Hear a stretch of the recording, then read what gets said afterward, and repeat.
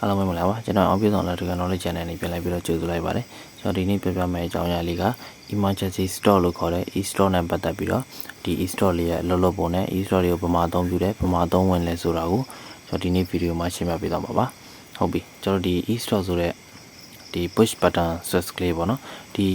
e-store ကိုဘယ်လိုနေရာမှာသုံးလဲဆိုတော့ကျွန်တော်စက်ရုံတွေမှာဖြစ်ဖြစ်အိမ်တွေမှာဖြစ်ဖြစ်ကျွန်တော်သုံးနေတဲ့လုပ်တွေကို shut down ချခြင်းတဲ့အခြေအနေမျိုးမှာ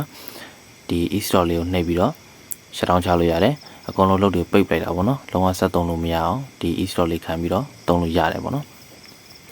ပြီးတော့ motor control တွေမှာအများဆုံးတွေ့ရတယ် motor control တွေမှာဆိုလို့ရှိရင်ဒီ e-store ကိုထည့်ပြီးတော့သုံးတဲ့အတွက်ကြောင့်မို့လို့ပို့ပြီးတော့စေလည်းဖြစ်တယ်အကယ်၍ဒီ motor တွေမှာoverload တစ်ခုခုကြောင့်အဲ့ဒါတစ်ခုခုကြောင့်ပေါ့နော်ဒီစက်ပစ္စည်းတွေကသူ့ကိုထိန်းချုပ်ထားတဲ့ control တွေကအလုံးမလုပ်ဘူးဆိုရင်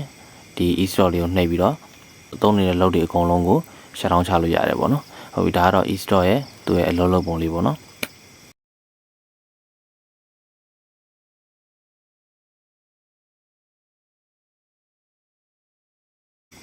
ဟုတ်ပြီအခုဒီနေ့ရှင်းပြမှာကဒီ e-store ကိုဘယ်လိုမျိုးသုံးရမလဲဆိုတာကိုရှင်းပြပေးမှာပေါ့နော်ဒီ e-store မှာဘာတွေပါဝင်လဲဆိုတာကိုလည်းပြပြပါမယ်ဟုတ်ပြီပထမဆုံးတစ်ချက်အနေနဲ့ဒီ e-store မှာကAnode connect တစ်စုံပါမယ် NC connect တစ်စုံပါမယ် e-store ကဘာနဲ့တူလဲဆိုတော့ဒီ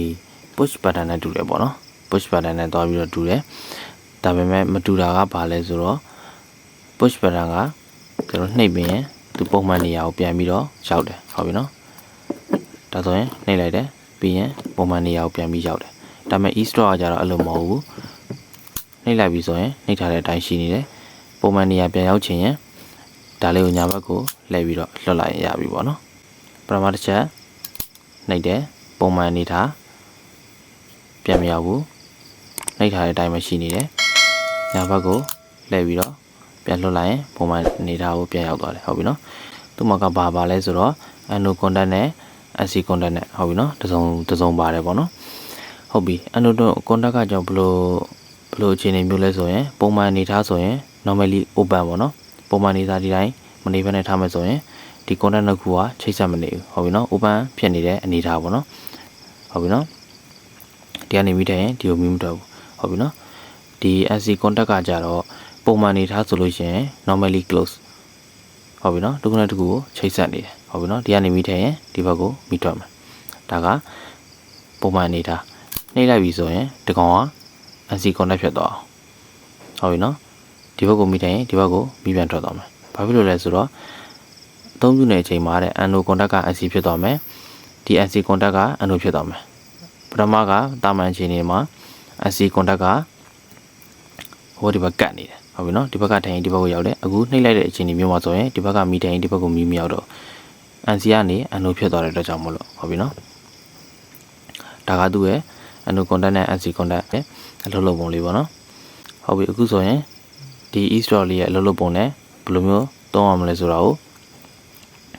နားလည်မယ်လို့ထင်ပါတယ်ဒါဆိုရင်ကျွန်တော်ဒီ e-store လေးကိုရိုးရိုး DOL control မှာထည့်ပြီးတော့စမ်းပြပါမယ်ဟုတ်ပြီဒီ e-store switch ကိုထည့်ပြီးတော့သုံးမယ်ဆိုရင်ကျွန်တော်ဘယ်လိုသုံးရမလဲဆိုတော့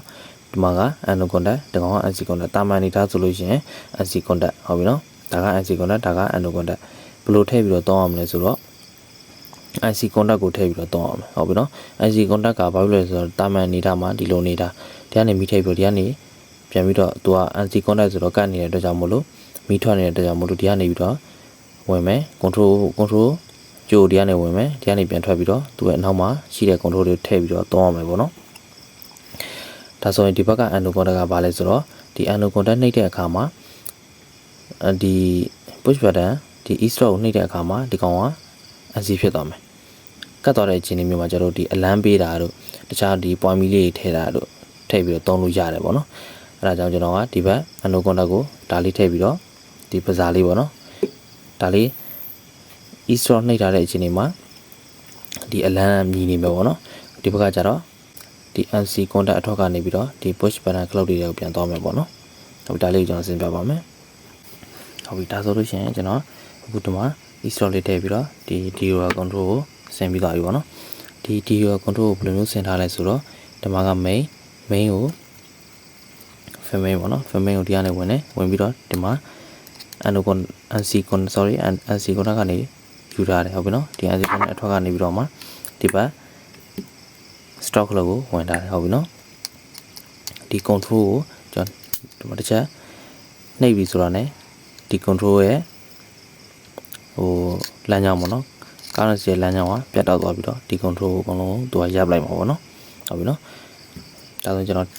မိထိပ်ပြီးတော့စမ်းပြမယ်နော်ဟုတ်ပြီနော် main တင်လိုက်ပြီ main တင်ပြီးတော့အရင်ဆုံး stack လောက်ကိုနှိပ်မယ်ဟုတ်ပြီနော် stack လောက်ကိုနှိပ်ရင် start run နေပြီဆိုလို့ရှိရင်ဒီအစိမ်းလေးလက်မယ်ဒါကတော့သူ့ရဲ့လှုပ်ထွက်ပေါ့နော်ဒီလှုပ်ထွက်ကနေယူထားတာဟုတ်ပြီနော်ဒီလှုပ်ထွက်ကနေယူထားတာဒါဆိုရင်ပြန်ပိတ်မယ် store နဲ့ပြန်ပိတ်မယ် start ကိုနှိပ်မယ် store နဲ့ပြန်ပိတ်မယ်ဟုတ်ပြီအဲ့ဒီအချိန်ဒီမှာကျွန်တော်တို့ဒီမှာ start run နေနေ start run နေနေကျွန်တော်ဒီ error တစ်ခုတက်ပြီပေါ့နော် error တစ်ခုတက်လာပြီဆိုရင်ကျွန်တော်ကဘာကိုပြည့်နှိပ်မလဲဆိုတော့ဒီကောင်ကို e-store ကိုပြည့်နှိပ်မယ်ဟုတ်ပြီကျွန်တော် e-store နှိပ်လိုက်မယ်နော် e-store နှိပ်ပြီဆိုတော့ねဒီအလံကဘဇာလေးရထားပြီးတော့မြည်မယ်ဟုတ်ပြီနော်ဒီဘဇာထားပြီးတော့မြည်နေပြီဟုတ်ပြီနော်အဲ့ဒီအချိန်မှာကျွန်တော်ဒီ main ရှိတဲ့ main ကိုသွားချလိုက်ပေါ့နော်ဒီ main ကိုချပြီဆိုလို့ရှိရင်ဒီ control ကြီးအကုန်လုံးကရပ်သွားပြီဟုတ်ပြီနော်ဒီ main ကိုချလိုက်ပြီဆိုရင်အကုန်လုံးရပ်သွားပြီဟုတ်ပြီဒီ error တစ်ခုရှာပြီးတော့အဆင်ပြေပြီဆိုရင် main ပြန်ပြီးတော့တင်မယ်ဒါတွေကတော့လင်းနေမှာပဲဒါမခွာသေးတဲ့အတွက်ကြောင့်မလို့ဟုတ်ပြီနော်ဒီဘက်မှာဒီမှာမီဒီဘက်ကိုမီးမထွက်ဘူးခွာခြင်းနဲ့ဆိုရင်ဒါလေးကိုညာဘက်ကိုလှည့်ပြီးတော့လွတ်ပေးလိုက်ရင်ရပြီဟုတ်ပြီနော်ဒါဆိုပြန်ပြီးတော့